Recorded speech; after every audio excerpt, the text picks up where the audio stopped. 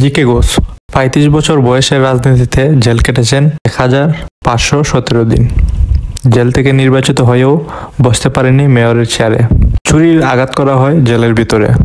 আওয়ামী লীগের হামলা মামলা সন্তানসহ পুরো পরিবার ছিল বিপর্যস্ত। দীর্ঘ ১৬ বছর পর ৩৫ বছরের রাজনৈতিক যোদ্ধা জিকে ঘোষ এখন সিলেট বিভাগের বিএনপির জনপ্রিয় নেতা।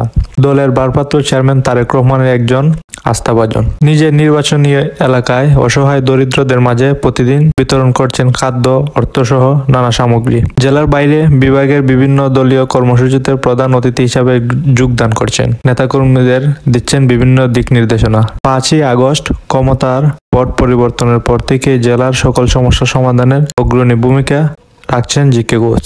৩৫ বছরের রাজনৈতিক জীবনে এত জেল জুলুমের পরও কিভাবে টিকে আছেন, তার অনুপ্রেরণা কোথায়? কলেজ ছাত্র নেতা থেকে কিভাবে বিভাগীয় ক্ষমতাধর নেতা হলেন? সাবেক প্রেসিডেন্ট জিয়াউর রহমানের আদর্শে মুগ্ধ হয়ে ১৯৮৪ সালে হবিগঞ্জ সরকারি বৃন্দাবন কলেজে ছাত্রদলে যোগ দেন। এর মাধ্যমেই শুরু হয় জিকে ঘোষের রাজনীতির জীবন।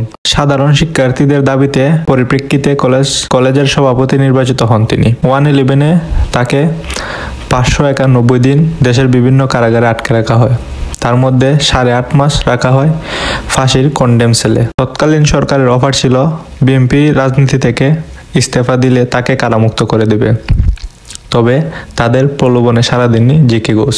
২০০৪ সালে হবিগঞ্জ পৌরসভার সর্বশেষ চেয়ারম্যান পদে দায়িত্ব পালন করেন তিনি। পরে ২০১১ সালে দ্বিতীয়বার কারামুক্ত হয়ে সেনাবাহিনীর অধীনে হবিগঞ্জ পৌরসভার মেয়র পদে নির্বাচিত হন তিনি। সর্বশেষ ২০২৩ সালে ২৯ আগস্ট হাইকোর্ট থেকে পুনরায় কারামুক্ত হওয়ার পর ঢাকা থেকেই গোয়েন্দা পুলিশ তাকে গ্রেফতার করে আর এক দফা কারাগারে নিয়ে যায়। পরে আরও ১৫৪ দিন জেলে থাকেন। দ্বাদশ সংসদ নির্বাচনের সময়ও হবিগঞ্জের কারাগারে বন্দী ছিলেন জিকে ঘোষ। সর্বশেষ কোটা সংস্কার আন্দোলন চলাকালেও অনেকগুলো মামলাতে আসামি করা হয় তাকে।